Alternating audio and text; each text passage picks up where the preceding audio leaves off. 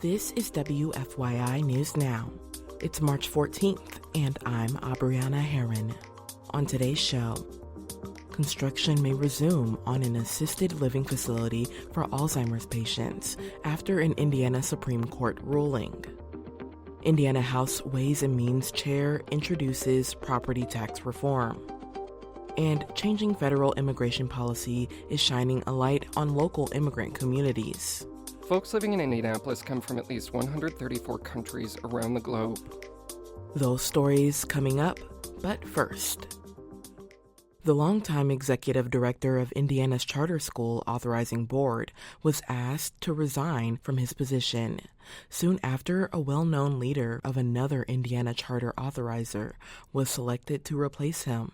From WFYI's Education Desk, Rachel Fredette has more on this leadership change.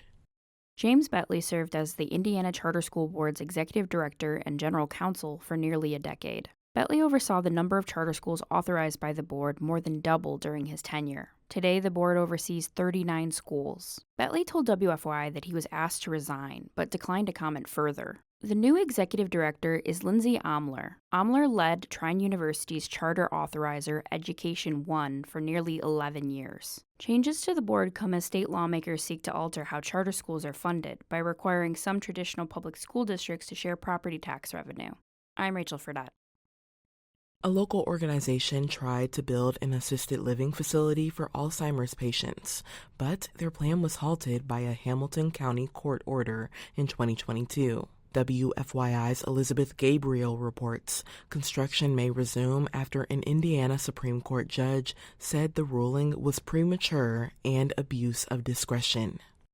Willow Haven Senior Homes began building 10 private bedrooms in Carmel a few years ago, each with its own private bath, a common kitchen, dining, and living area to serve Alzheimer's patients. It's in an area zoned for single-family homes, but the city approved the company's plans. The homeowners sued the organization, claiming the facility would be a nuisance and a violation of city zoning laws. But the Indiana Supreme Court ruled in favor of Willow Haven Senior Homes last month. That means they might be able to resume construction. The lawsuit is expected to undergo further litigation. In Indiana, over 120,000 adults have Alzheimer's, but many lack a diagnosis. I'm Elizabeth Gabriel. House Ways and Means Chair Jeff Thompson proposed his version of property tax reform Wednesday. It's a dramatic overhaul of the property tax and local income tax system, and it's left many, including some of his fellow Republican lawmakers, unclear about its full impact. The changes, which include completely altering how homeowners' property taxes are calculated, would be phased in over several years, and ultimately it could reduce the property taxes homeowners pay by more than $200 million a year statewide. But Thompson says people's property taxes would still go up.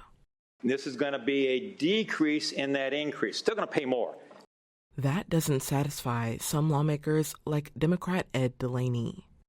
I'll be asking you to come to my district and tell my people to be happy.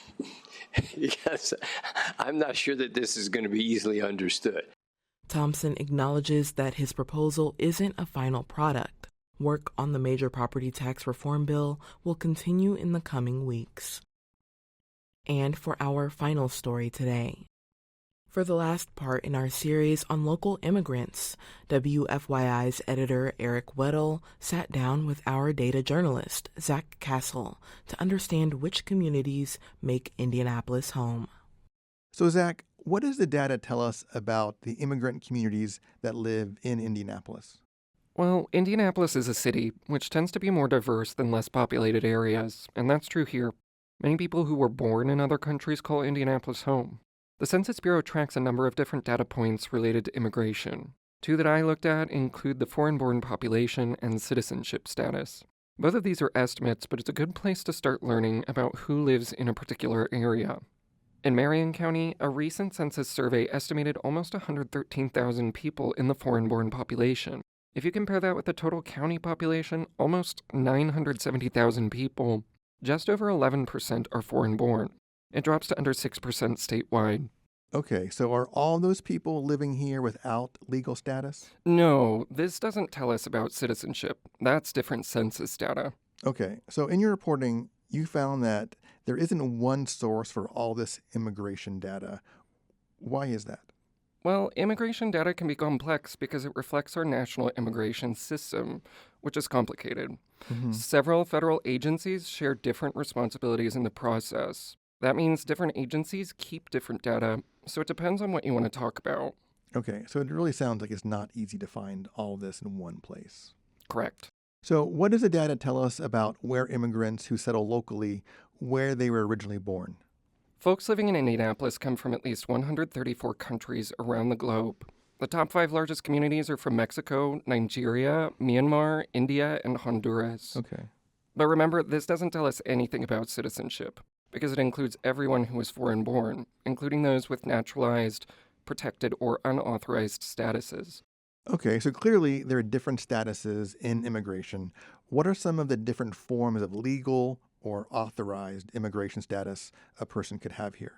Well, you might be surprised to learn that there are many, and to complicate it, some people can have more than one status. That's also why this can be complex.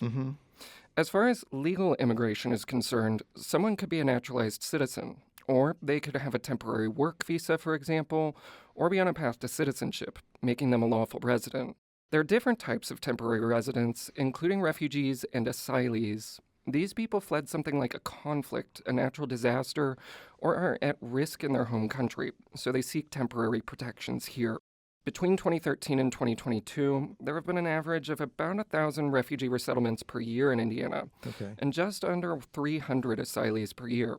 Some of these people are expected to leave when their term is up, while others may be able to access pathways to citizenship or longer protections. It all just depends. There are other protected statuses as well, such as TPS or temporary protected status. And so what about the people who have unauthorized or undocumented status here? Well, an estimated less than 4% of the county population has unauthorized status, so there are more immigrants locally that have federal protections or become naturalized citizens. Having unauthorized status doesn't mean the person has necessarily broken a law or is going to be deported, though. Someone who has crossed into the country without authorization due to a humanitarian concern can apply for an authorized residency status. Okay. That's how asylum differs from refugee status. But they would only have a window of time. Other people considered unauthorized may have had protections, but they expired or violated conditions, such as committing a felony. These people can have their authorization status revoked. Others never had a status to begin with. There are gray zones or exceptions too, such as for immigrant children and young adults. All right. Zach, thank you very much. It's very, very interesting. Thanks, Eric. That was WFYI editor Eric Weddle talking with our data journalist Zach Castle about the immigrant communities who live in Indianapolis. To learn more and see data visualization about immigration in Indiana, go to our website at WFYI.org. That's all for today's episode of WFYI News Now. Our podcast is produced by Drew Daudelin and Zach Bundy, with support from the news team at WFYI and public media journalists across the state. Our news director is Sarah Neal-Estes. Kendall Antron produced our music, and I'm your host, Abriana Herron. If you like today's episode, remember to subscribe and share, and follow WFYI on Instagram, TikTok, Facebook, and YouTube to check in on our newsroom throughout the day. Thanks for listening. We'll be back on Monday.